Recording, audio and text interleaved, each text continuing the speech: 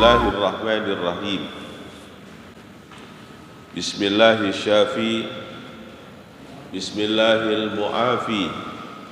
Bismillahilladzi la yadurru ma'asmihi syai'un fil ardi wala fis sama' wa huwas sami'ul alim. Alhamdulillah.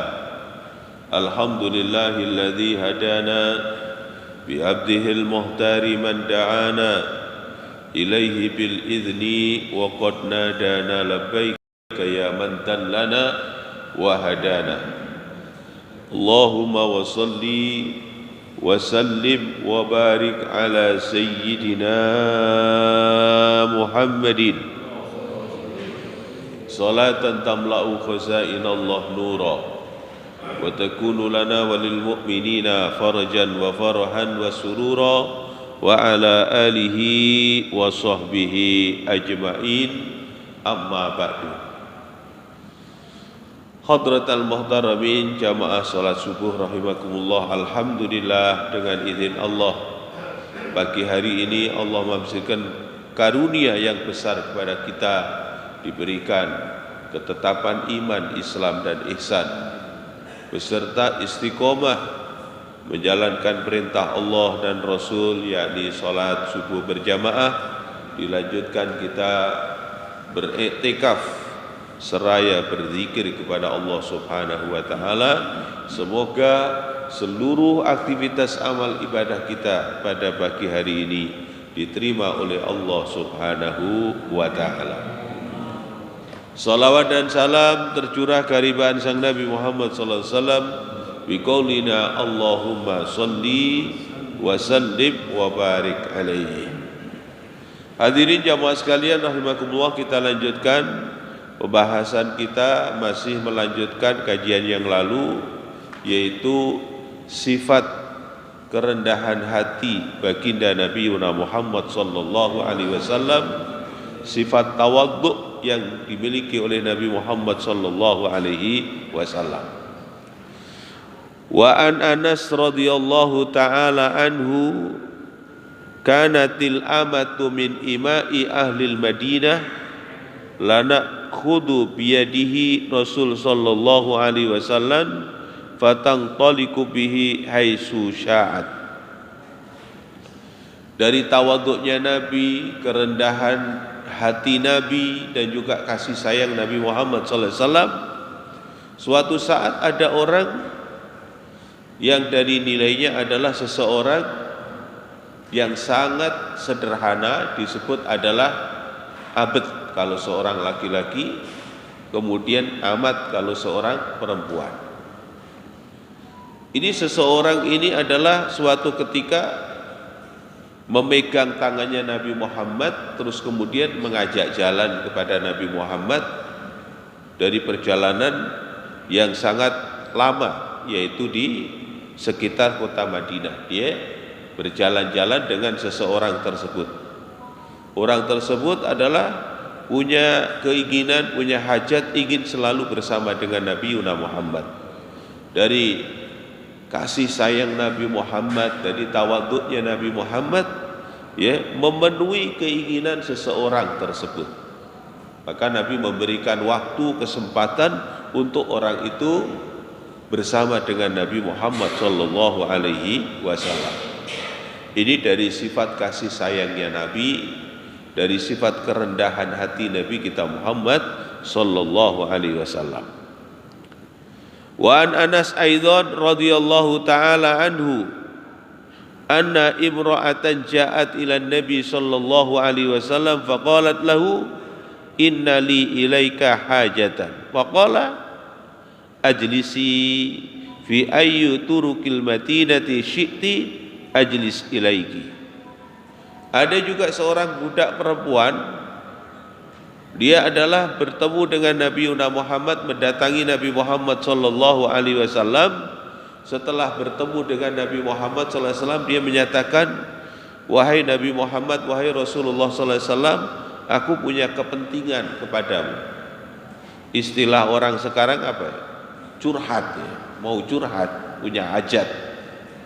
Kemudian Nabi Muhammad sallallahu alaihi wasallam berkata, ajlisi fi ayyi turukil madinati si'ti ajlisi ilaiki. Ayo, kapan kamu mau ingin ketemu? Saat ini juga ingin bicara dengan Nabi, ayo duduk bersama. Jadi Nabi Muhammad SAW memberikan pelayanan kepada seseorang yang pada masa itu adalah seorang abd, seorang budak, seorang amat, diterima dengan baik, dan di mana dia mau duduk bersama dengan Nabi Muhammad akan menyertainya.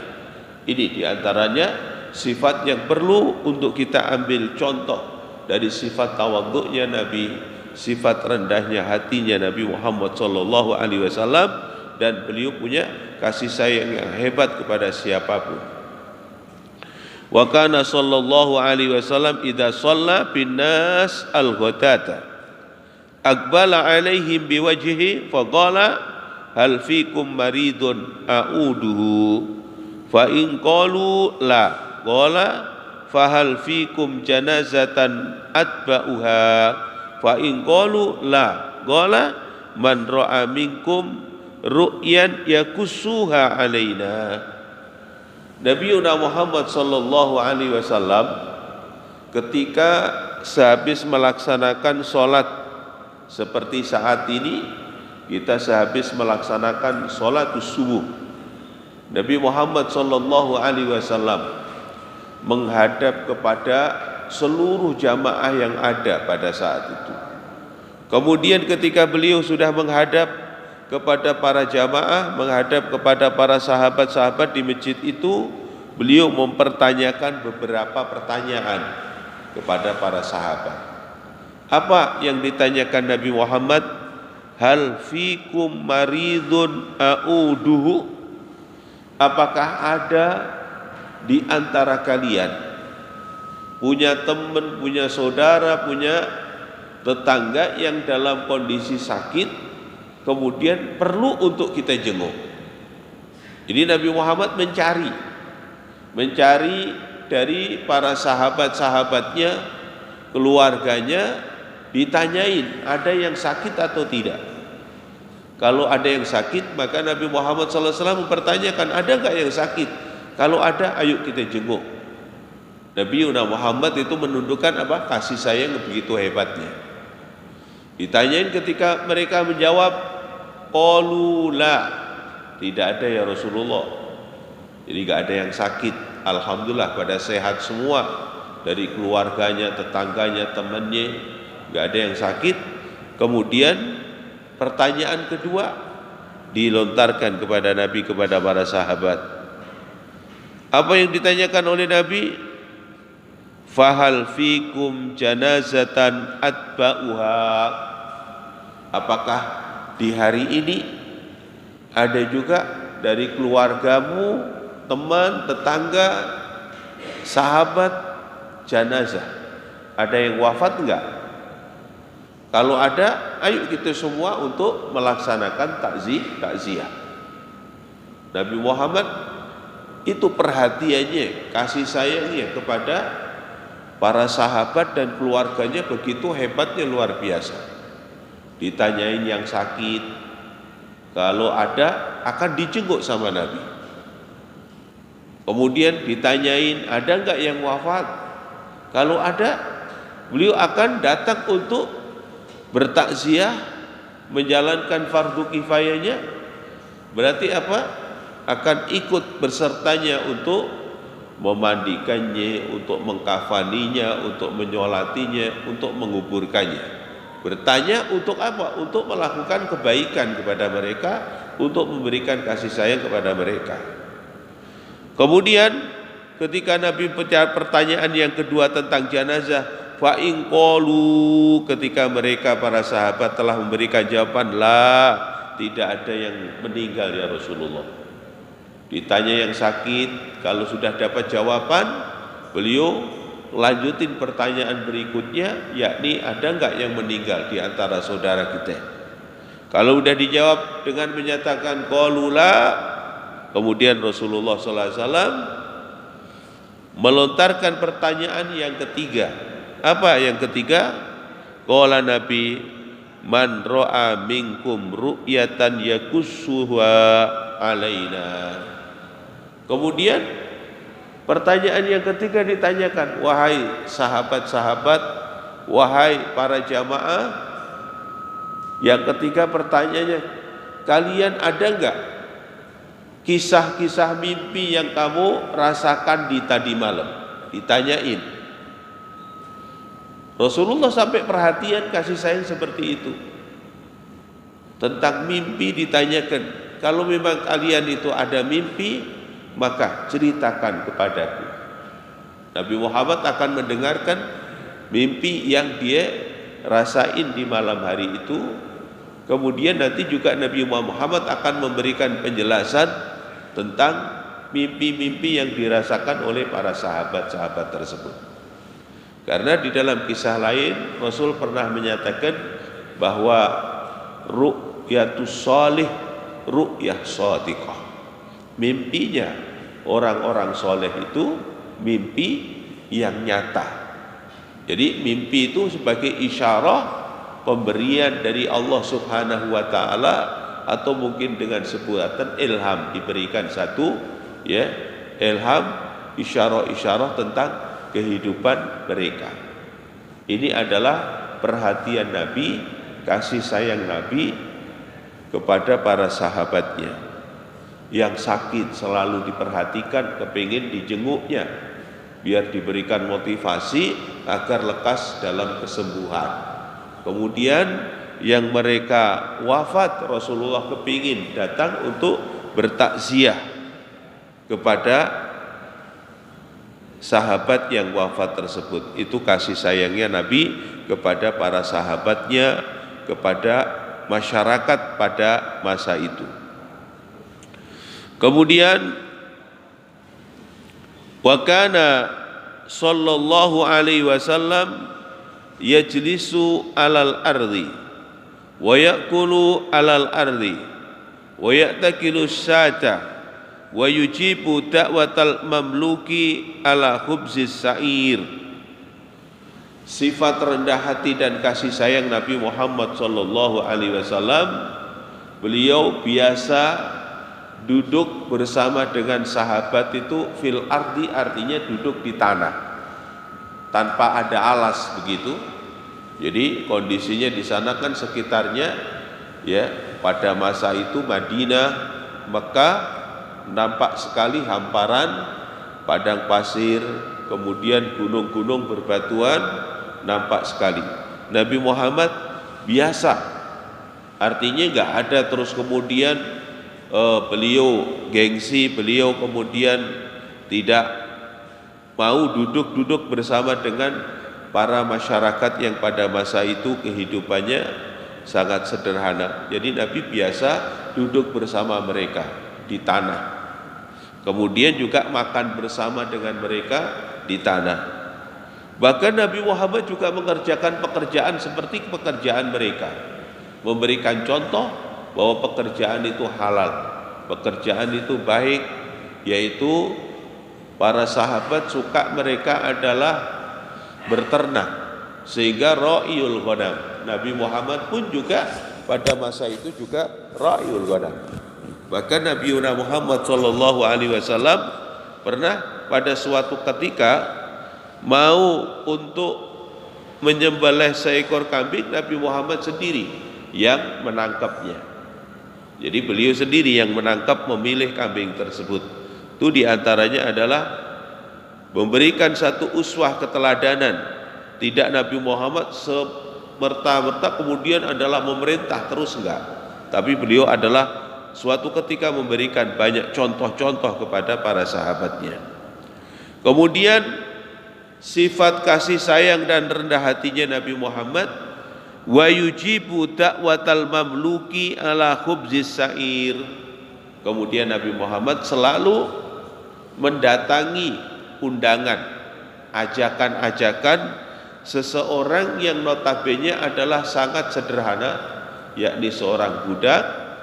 Dia adalah ngajak Nabi Muhammad untuk datang ke tempatnya, kemudian walaupun hidangan yang disediakan itu hanya disebutkan adalah khubzis sa'ir, yaitu roti terbuat dari gandum.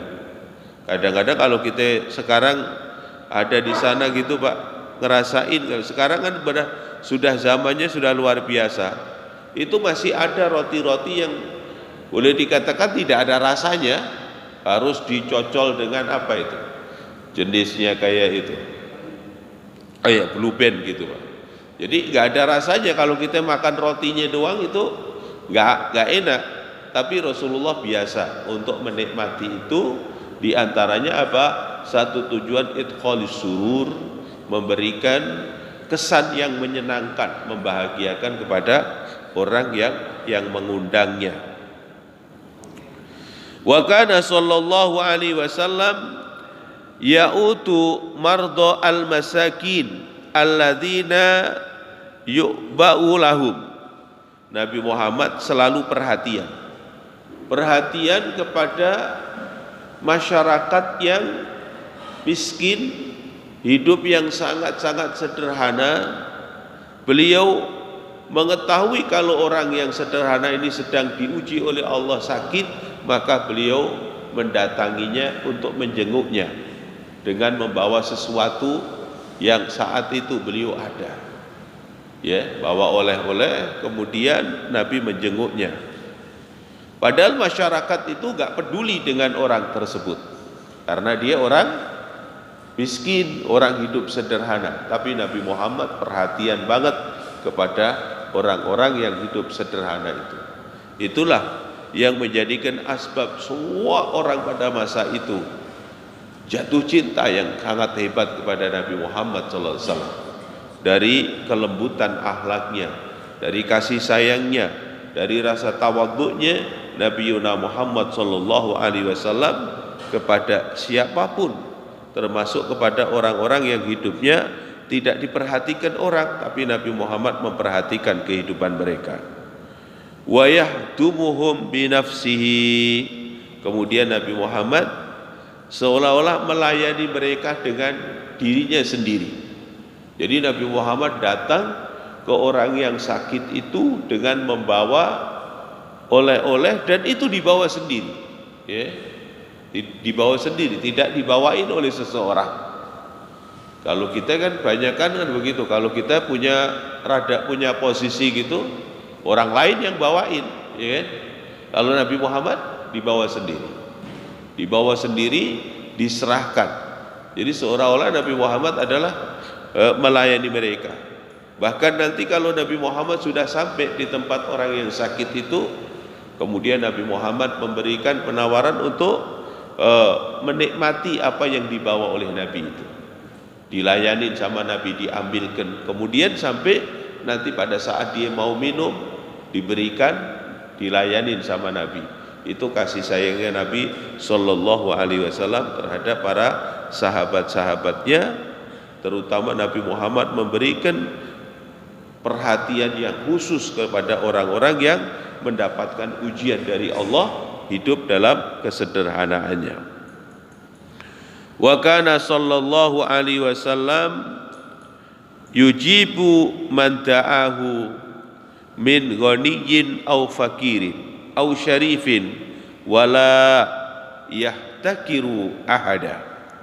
Nabi Muhammad sallallahu alaihi wasallam kalau diundang, yang mengundang orang-orang miskin, beliau selalu datang. Maka ada salah satu yang disebutkan di dalam sirah sifat beliau ketika diundang oleh orang miskin, maka disebut ajabahu ijabatan muajjalah. Beliau memenuhi undangan itu cepat sekali untuk memberikan kebahagiaan. Kita ngerasain Pak, ketika ada seseorang ya memerlukan kita, mengundang kita, kemudian kita perhatikan, itu orangnya gembira, senang, luar biasa. Bagaimana di masa Nabi Muhammad sallallahu alaihi wasallam. Itu yang dicontohkan oleh Nabi. Kemudian Nabi juga ketika diundang, yang mengundang ghaniyun, orang yang cukup atau orang yang kaya, Nabi pun mendatanginya.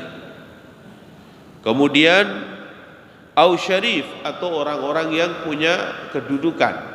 syarif, orang-orang yang punya kedudukan, punya posisi, Nabi pun juga mendatanginya. Jadi secara merata Nabi Muhammad memberikan kasih sayang, memberikan penghormatan kepada semua sahabat-sahabatnya yang saat itu berada bersama Nabi Muhammad. Wala yahtakiru ahada. Nabi Muhammad tidak pernah menghina, mencela kepada seseorang pun. Orang tersebut ngerasa mendapatkan kemuliaan dari Nabi Muhammad. Tidak ada pernah mendapatkan celaan dari Nabi Muhammad sallallahu alaihi wasallam. Wa kana sallallahu alaihi wasallam yujibu ilal walimah wa yashhadul janais. Terus Nabi Muhammad juga selalu mendatangi undangan-undangan walimah. Walimah itu Pak, sebuah hidangan yang diberikan saat-saat setelah pelaksanaan akad nikah. Jadi zaman dulu adalah proses akad nikah, kemudian yang terjadi adalah hanya dari pengantin laki bertemu dengan walinya pengantin perempuan. Terus beberapa saksi, nanti kalau ada Nabi, langsung Nabi Muhammad SAW yang akad nikah. Setelah itu baru rame-rame diantarin, pengiring manten ini diantarin ke tempat mempelai wanita. Jadi ini adalah yang dicontohkan Nabi di zaman dulu. Makanya kalau ada sebuah pernikahan, hendaknya kita juga disempatkan untuk kita bisa memberikan contoh yang baik, diajak dakwah, dibenahin biar sesuai dengan syariatul Islam yang dicontohkan oleh Nabi.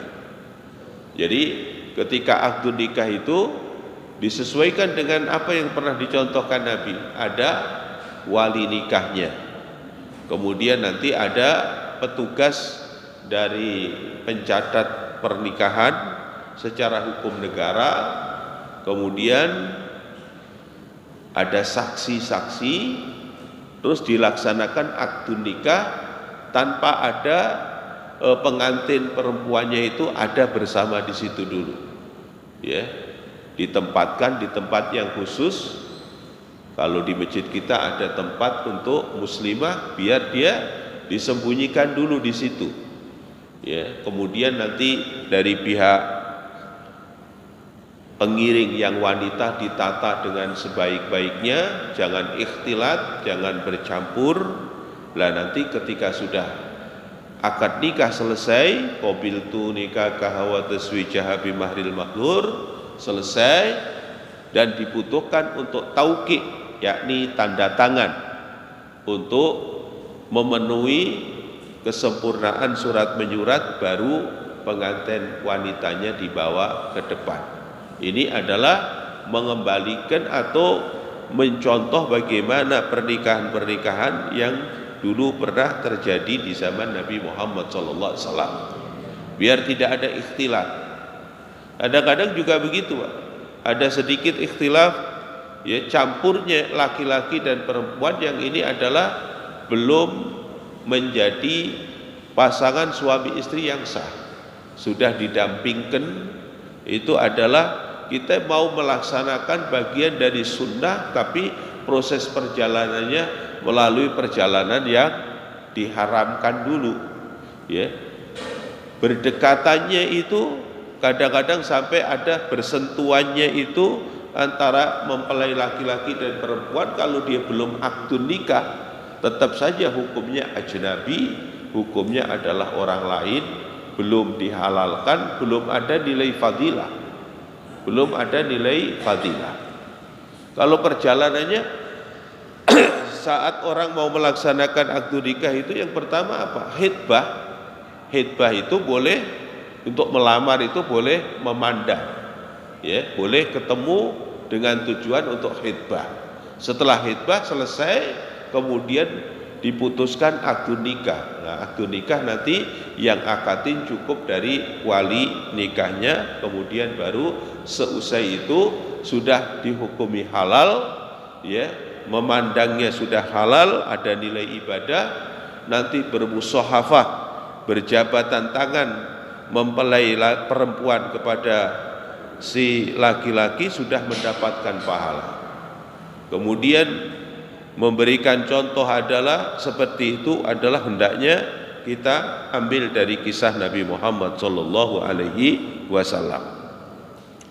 Kemudian wa yashhadul janazah, dan Rasulullah itu selalu, makanya pernah dalam satu kejadian Rasulullah itu kecewa kepada seseorang yang dimana dia tidak memberi khabar kepada Nabi ada seseorang yang dia dalam kehidupannya itu peduli banget dengan masjid, ya, peduli dengan rumah Allah, masjid. Kemudian orang yang peduli dengan masjid itu wafat atau meninggal dunia. Nabi Muhammad tidak diberitahu. Nabi Muhammad menanyakan, kemana orang yang biasa peduli dengan rumah Allah, yang sibuk dengan urusan masjid ini? Kemudian dinyatakan dia telah wafat ya Rasulullah. Kenapa saya nggak dikasih tahu? Rasulullah seolah-olah kecewa karena tidak dikasih tahu. Kemudian pasti kamu menganggap orang ini biasa-biasa saja, padahal orang ini di sisi Allah teranggap adalah orang yang besar karena dia dalam kehidupannya ngurusin rumah Allah atau Baitullah. Akhirnya Nabi Muhammad SAW meminta kepada orang-orang tersebut, dulu tunjukkan kepadaku fi aina maqabir, di mana kuburannya.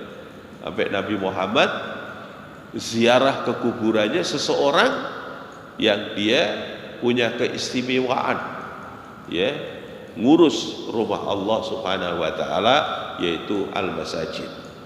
Ini Nabi Muhammad punya sifat yang sangat luar biasa. Beliau selalu hadir di dalam sholatul janazah. Makanya kita sebagai umat Islam, bahwa ketika kita mendengarkan itu saudara kita, tetangga kita, sahabat kita wafat, usahakan kita untuk bisa hadir untuk mencontoh Nabi Muhammad. Kemudian ikut nyolatin.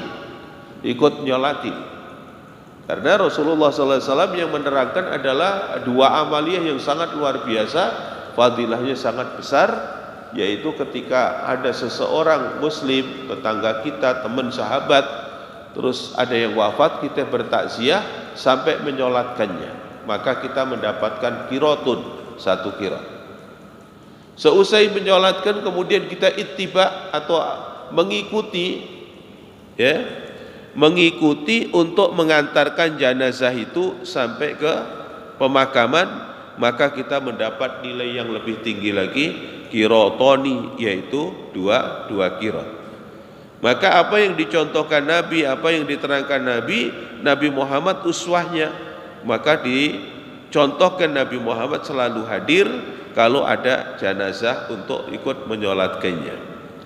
Wa kana sallallahu alaihi wasallam ya'ti du'afa al-muslimin wa yazuruhum wa ya'udu mardahum wa yashhadu janaizahum. Nabi Muhammad sallallahu alaihi wasallam, sifat kasih sayang Nabi Muhammad, selalu beliau mendatangi orang-orang miskin yang saat itu ada bersama dengan Nabi Muhammad atau hidup di masa Nabi Muhammad SAW.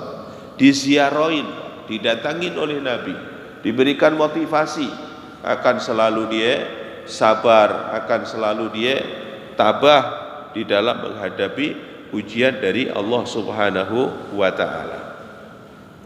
Kemudian beliau adalah selalu ziarah kepada orang-orang miskin, wa ya'udu mardahum, kemudian beliau selalu menjenguk dari mereka yang sakit, wa yashhadu janaizahum, dan beliau juga selalu menjenguk yang sakit, dan juga beliau selalu mendatangi yang terkena musibah, artinya beliau bertakziah. Ini kemuliaan kasih sayang Nabi Muhammad sallallahu alaihi wasallam yang dicontohkan di dalam kehidupan Nabi Muhammad sallallahu alaihi wasallam. Kemudian di dalam riwayat yang lain, wa an Anas radhiyallahu anhu kana Nabi sallallahu alaihi wasallam yut'a ila khubzis sa'ir wa ihalatis salihati fayujibu wa laqad kana lahu tir'a inda yahudi fama wajada ma yafukuha hatta mata. Kemudian Nabi Muhammad sallallahu alaihi wasallam diberikan oleh Allah, padahal kalau boleh beliau menyatakan minta apa saja dikasih sama Allah Subhanahu wa taala. Tapi Nabi Muhammad memberikan contoh dalam kesederhanaannya. Nabi Muhammad sallallahu alaihi wasallam pernah boleh dikata untuk menggadikan, ya istilahnya, menggadikan, yaitu baju besi beliau, ya. Kemudian pada suatu ketika itu lama nggak diambil-ambil baju besinya itu. Karena apa? Beliau tidak ada uang yang untuk menebusnya. Itu adalah memberikan contoh hidup dalam kesederhanaannya Nabi Muhammad sallallahu alaihi wasallam. Seandainya beliau meminta kepada Allah, apa saja akan diberikan oleh Allah. Boleh dikatakan jikalau gunung-gunung itu diminta oleh Nabi Muhammad, minta kepada Allah agar dijadikan emas, maka dalam sekejap semua akan dijadikannya. Tapi beliau memberikan contoh, memberikan uswah, memberikan keteladanan dari hidup kesederhanaannya Nabi Muhammad sallallahu alaihi wasallam. Kemudian dalam satu riwayat disebutkan juga Nabi Muhammad hajja Rasulullah sallallahu alaihi wasallam an rahilin wa alaihi qatifatun la tusawi arba'ata darahim wa qala Allahumma ja'alhu hajjan la riya'an fihi wala sum'ata.